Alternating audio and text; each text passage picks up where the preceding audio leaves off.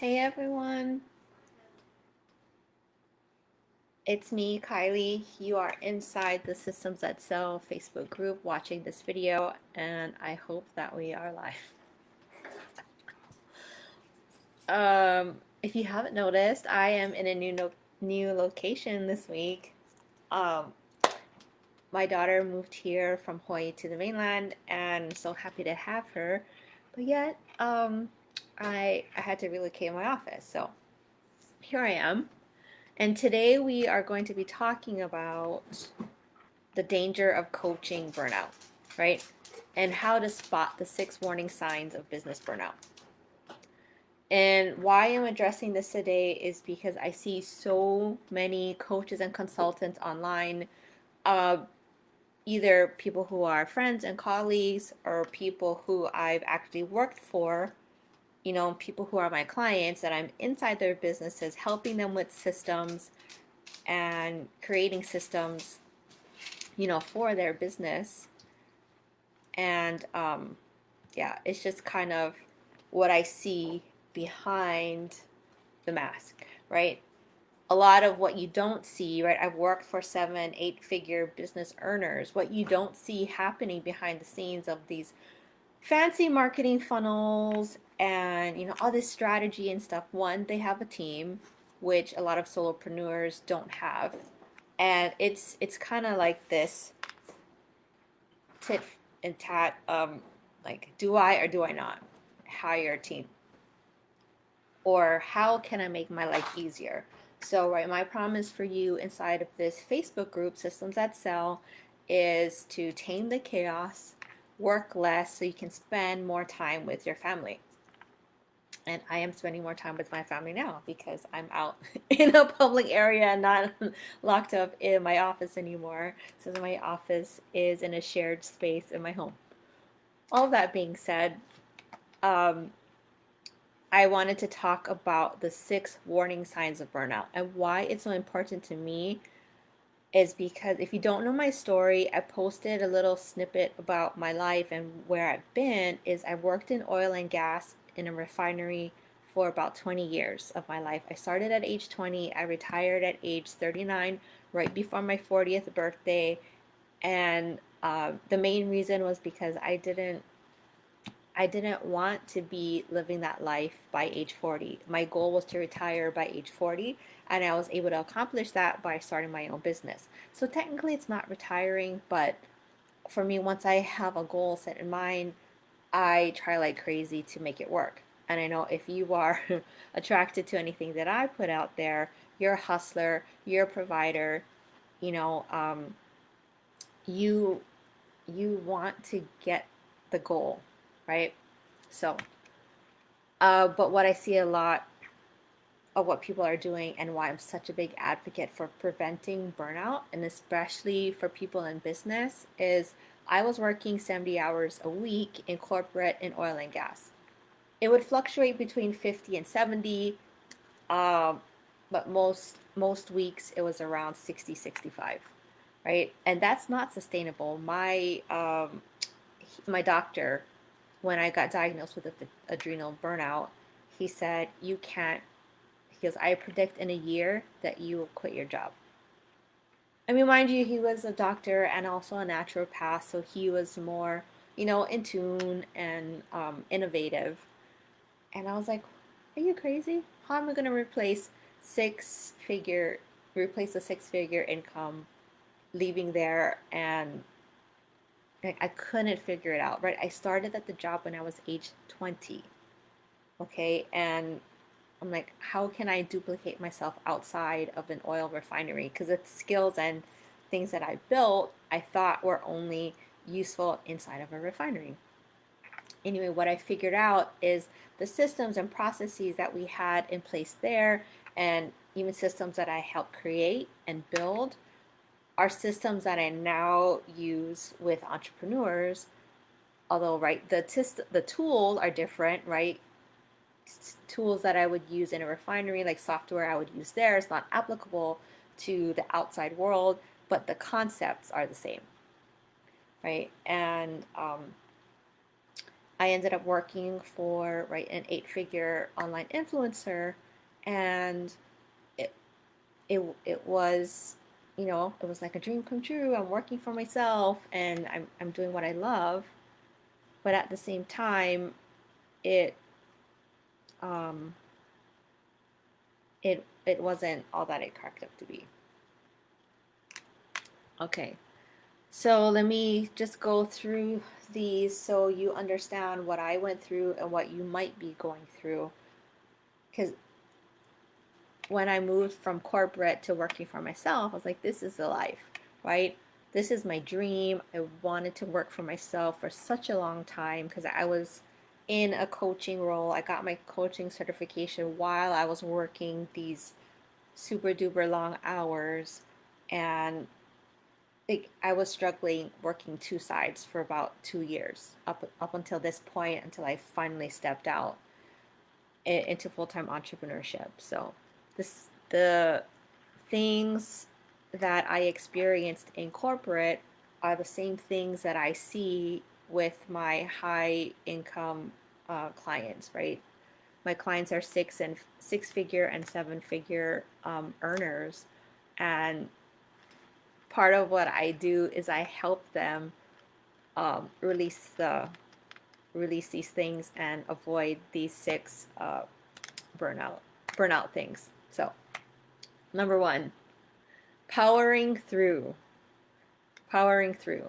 So, what I see a lot of the times happening is my clients are putting healthy habits on the back burner, like sleep, like eating consistently, or even drinking enough water, because they're so busy with client calls, they're so busy, in the back end of their business. Um, they're always trying to get more done.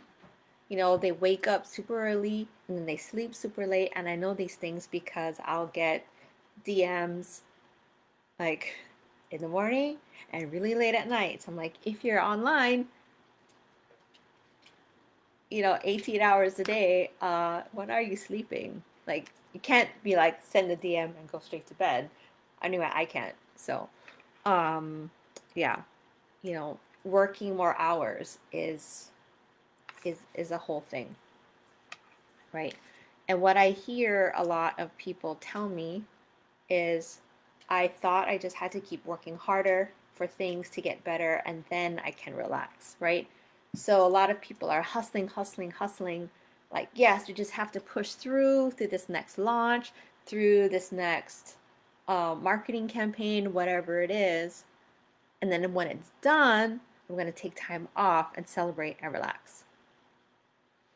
But what usually ends up happening is after launch, right, comes the fulfillment. And then it's like, whoa, it's another, another beast that happens when you're in fulfillment, right? So that's warning sign number 1. Because honestly, it never ends. It never ends. If you are the sole person doing all of the things, then you will burn yourself out, right? And pushing through until you have time to relax is not even a thing. Okay. Number 2, brain fog, forgetting small things. So I know a lot of people experience this, right? A lot of people experience forgetting things, and I am one of those. And this happens because you're so busy powering through, pushing through, not sleeping enough, and then your cognitive functioning is not there, right? Or if there's a lot of trauma that you're suppressing, which is something else that I want to talk about, is, right, there's a lot of stress that causes, your brain to stop functioning. Oh, see, there's my alarm to remind me that it's time to eat lunch. And see, I had to create these systems for myself in order to keep myself on track, because I want to have a regular life and a regular schedule. Okay, so forgetting small things, and thank you, alarm, for alerting me, is I would forget to eat lunch. a lot of the times before I started using an alarm to remind me that it's time to eat lunch. Because I don't know about you, like when you're in the zone and you're in this creative mode, you're like, yeah, let's, like let's work on this campaign. Like I have so many ideas and whatever, and you're just like do do do on the computer, or you're back to back to back clients, right? Which is good, but if you had a launch and they paid you up front, and now you're doing client fulfillment, you're really not getting paid every time you sit in front of a client. It's now they paid you up front, and how much money do you still have? Like, and as you're going through the client fulfillment process, are you being compensated? You know, and I've experienced that as well when I made like project sales or contract sales, and it was just kind of like, I got paid a lot up front, but as we were going through the contract, I'm like, oh, this is getting really old. And sometimes clients are demanding and step over your boundaries. We're going to be talking about that in the challenge coming up on August 24th. But so I'll save that for another day. So that was brain fog, forgetting small things. You can do stuff like set a timer or set digital boundaries like do not disturb on your phone, things like that. And those are some systems and things we're going to be talking about on the challenge, the tools that I personally use to keep my life less chaotic. Okay, number 3, lack of focus or being easily distracted. Oh, okay. And what's also piggybacked with this is unconsciously over focusing on the small things, right? Subconsciously, we focus on the small wins to avoid the larger, more stressful tasks. It just happens. So think about when you're back in corporate and there's a big project, because I know I used to do it. I'm like, okay, I have to come up with a project plan for a major project, and I'm like, oh, you feel it physically, like your mind starts to draw blank, and you're not feeling productive, you're not feeling creative, and you're like, what should I do? Okay, why don't I check some email? Check some email. Oh, and if you're working from home or whatever, or even if you were at work at corporate, right? Oh, let me go on social media and check out the feed. I need to relax my brain, which I do advocate for, but those breaks need to be strategic, right? It's not just like, so you have to understand when you're facing a task and you're resistant to it, what the resistance means, right? Resistance, when you're up against like a really stressful task, like, do you push through or uh, and stay focused on the task at hand, or are you distracting yourself? So this is different from number 1, where you're just powering through. So in the scenario of powering through, this is when you are in the zone and you're super focused and you're getting lots of downloads and you're actually creating your genius, right?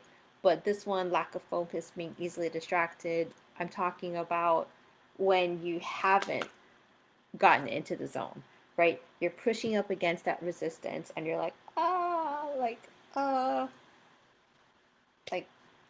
for me, it's content creation. I just want to hop on a live and just talk to you guys, but everything has to be strategic. So I'm like, marketing plan. And then I'm like, oh, I do the squirrel. So that is that number 3, lack of focus and be easily distracted. So here's a caveat. In the short term, this works, right? You can do admin related tasks that are easier for you to do, takes less brain work, less focus. But if you find that your day is full of administrative tasks versus tasks that um, require you to focus and build like business related things like content, strategy, planning out your next launch and you're too busy in the minutia of your business, this is a sign that you're headed towards burnout, okay? Number 4, you feel empty, you lack creativity, and essentially you become bored with work. This is related to number 3, but it's kind of different. Number 3 was just like, oh, I know I need to, but I don't want to, so I distract myself. Number 4 is kind of either you're getting up the scale of burnout if burnout is, the apex of where we're the idea where we're trying to go, right? You are feeling bored with your work. You become apathetic with work-related tasks. You are more avoiding than just distracting yourself. And this is complete avoidance of doing the work. And fortunately, this boredom can be remedied by reconnecting with your sense of purpose, which we will be talking about next week, so stay tuned for that. And a lot of times, this is where most, I've seen it in a lot of masterminds that I'm in. There's people who are like, I don't know what I want to do. I mean, I've been there. Like, I don't know what I want to do. And it also comes with idea overwhelm, right? You have so many ideas, and then you have decision fatigue, right? You can't even get started, and you're looking at everything that needs to be done, and you're just like, oh my gosh, I'm so overwhelmed right now. And there's pieces of paper on your desk or sticky notes everywhere, trying to, you use them like, oh, I got a brilliant idea, and you stick it on your post-it note board or wherever you post it, and it you're like, wow, looking at all the ideas and all the directions that you could take your business, right? Because we all want to take our business to the next level. So it's like, you're trying to reach that summit, but at the same time, you can't choose a direction, and it's because you've lost touch with your sense of purpose and who you want to be and what you want to do in your business, and how your business fulfills your mission and purpose in life. So that is number 4. Number 5 is emotional exhaustion. So following this, when it's apathetic, right? Once you're just feeling very apathetic about your business, what starts to happen is this mental downward spiral where you get mood swings, and then it's not number 6 where we're going to get to is like the bottom, but this is also where you get some wins and then you get some lows. So you're in this feast and famine cycle, whether it's income feast and famine, right? You had a great launch, and then you're like, oh, what next? Or you sign on one client and you're like, oh shoot, that worked, but I don't know how. And then it's like, phew. And you're in, you'll see stress, fatigue, irritation, right? And while these things are labeled as bad, right? Stress, bad. Fatigue, bad. Like if I'm tired and I'm not out hustling, then what does that mean for me, right? And irritability. And usually the irritation comes out towards your family, which I admit I did that just now before I hopped on, because I'm like, I was supposed to be on here at 11, and now that I am sharing my living room with my office, I was like, hey, I have a schedule, I gotta get to it. So I was a little bit irritated before I hopped on here. But there's grace, there's mercy, right? We have to forgive ourselves when we do stray. And yes, while I'm talking about these things, I'm not 100% perfect. And that is one of my pet peeves about people online and especially because I've seen behind the scenes of businesses, I'm like, we should be practicing what we're preaching, but if we're not, we need to say so, right? If behind the scenes is a shit show, we need to say so. It's not fair to your audience that you're not sharing that you're a shit show. And that has to do with perfectionism and imposter syndrome, which we will also cover um, in my program. If you want to join that, I'll be talking about that in August once we hit the challenge. But really, see, I ain't ashamed of my game. I'm telling you guys what's coming up. And, whether that works for you or not, or doesn't work, some people call it seeding. I just call it being honest, right? We have to be honest. Otherwise, who are we being if we're not being honest? We're being shells of ourselves, which is not what we intended to do once we started to build a business, right? We wanted to build a business, right? You wanted to build a business so you could just cut the corporate BS and really focus on doing what you love and fulfilling your purpose, your God-given purpose for why you are here on this earth. Because you weren't created to be, you know, whatever, fill in the blank of where I wasn't meant to be an operator, making gasoline my whole life. No, I'm a leader. And if you believe in human design, right, my thing is leader and entrepreneur. That's how my numbers shake out. So no wonder I was frustrated when I was a peon. No offense I mean, I don't know what other word to use. When I was in the beginning stages and I used to have to follow other leaders, I would get so frustrated with their type of leadership.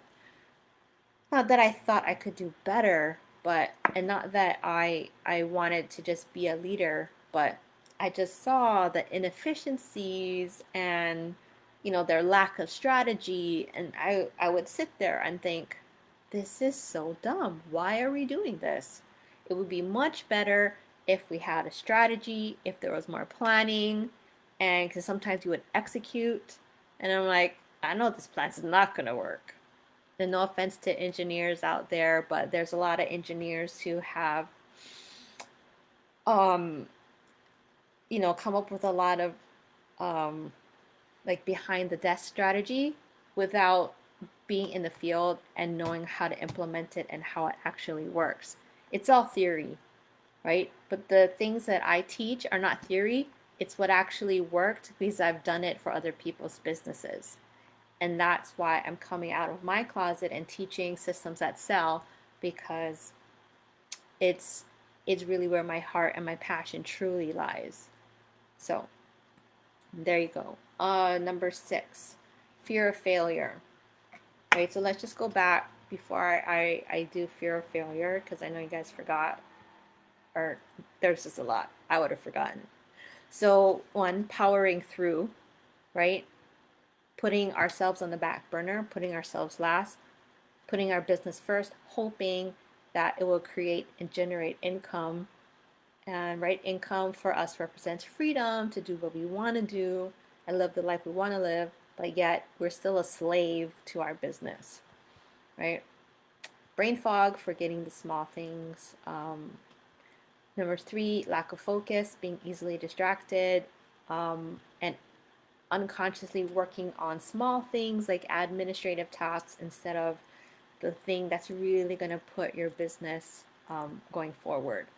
Number 4, apathy, like emptiness, lack of creativity, like not coming up with ideas, or even having so many ideas but none of them light you up anymore, right? This means you need to reconnect with your sense of purpose. Again, I'm going to be talking about that next week. Number 5, emotional exhaustion, mood swings, having feast and famine, like this love-hate relationship with your business, which leads me to number 6, fear of failure, or what people call imposter syndrome, right? And I also subtitled this number 6, wanting to give up and go back to work, right?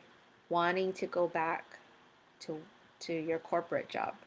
My friend and I were talking about this yesterday. We got up early. We went to the beach. We did. We She coined the phrase "beach biz walk and talk," something like that, or biz walk beach walk biz talk. I'm sorry, that's the name of it. And we were talking about this walking on the beach, where sometimes it feels easier to go back to corporate. It feels easier, right? Because once you punch in, you're on the clock, whether you're like fooling around checking email, or you're down the hall talking to coworkers, which in the entrepreneurial world would be connection calls, right? They're not sales calls. They're just, you saw someone on the internet or on Facebook, and you're like, hey, let's connect. I feel like we should meet up, blah, blah, blah. So connection calls would be the equivalent of walking down the hall to your neighbor's office and just talking and hanging out with them. That doesn't make you any money, but in corporate, you could do that and still get paid because you're still on the clock, right? You weren't paid to produce in corporate. As an employee, you're not paid to produce. You're paid to just come in, clock in your hours, and go home. But the beauty of entrepreneurship is you get paid to produce results. You get paid as a coach consultant, right? You get paid to produce results for clients. And a lot of times there's this stressful piece that happens, and a lot of chaos, like especially if you have a business coach, right? Or you listen to all these free trainings, they give you all these strategies, and you're like, oh, but how am I going to implement it in my business? And when you're paying for these strategies, and if you're not implementing it, then why? Like, honestly, why are you investing in, like, I've done it too, right? Why are you investing in these big ticket coaches who give you all the strategy, but you're not able to implement, right? The main reason that I find that most of my friends and colleagues in business aren't able to implement is because, one, they're inundated with information, right? Decision fatigue, and also they don't trust themselves, right? Where imposter syndrome comes in, right? They think that, oh, if I just need a little bit more, and find themselves buying courses and things to learn what they need to learn how to do something, when it's really a lack of confidence in themselves. And yeah, so this fear of failure is very big that I see a lot of entrepreneurs. And that's why, right, we started at number one. Number six is fear of failure. And a lot of people are like, I just want to give up. And a lot of people do. I've seen it happen. I've been in the online entrepreneurial space for a long time. I kind of grew up in the business world. My family is a family of entrepreneurs, and um, yeah, I've seen businesses fold. I've seen bankruptcy happen.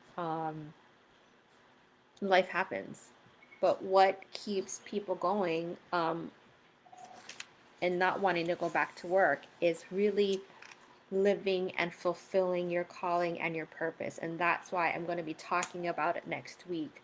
So if you feel burnt out, um, if you feel burnt out, I get you.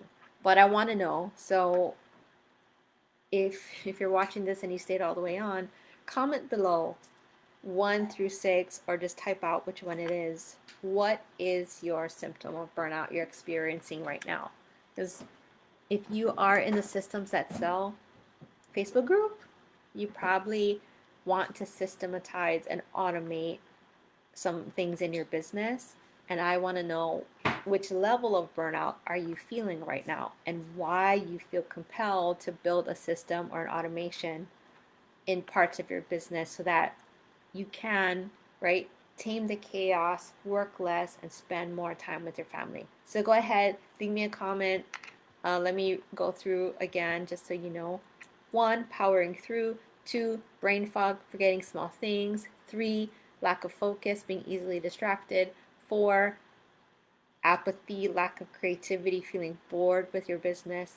Number 5, emotional exhaustion, like experiencing these mood swings, feast and famine, all of that, stress, fatigue, irritation. That's number 5.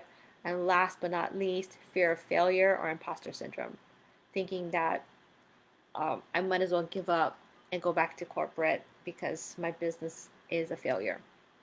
Okay, with that, I'm signing off. Hope you guys have a great week.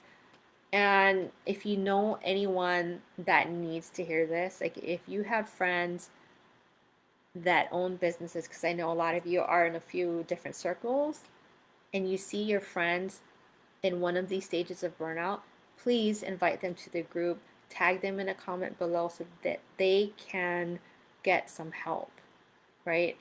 I'm all about helping people getting reducing the chaos and less stress. So honestly, that was the kicker for me leaving corporate. I had a friend who was working for the influencer that I ended up working for. She's like, "Yeah, let's go out." Where she works from home, but we'd go out or we'd make plans, and then she'd have to cancel them because she was always too busy working. And I was like, what's happening? She's like, "Oh, girl, there's all these things happening in the business." And that's how I got my first entrepreneurial gig working for this influencer. Because I was like, why are you not automating this? Like, why, why are we doing this like, why are you doing this manually? And I was giving her some tips and strategies of things that I would just put systems around. She's like, "Oh my gosh, can you come work for us?" And I was like, "Sure." And that's how I was able to step into entrepreneurship full time. Okay, again, comment below what is your level of burnout, 1 through 6, and I'll see you guys next week. Okay, talk to you soon. Bye.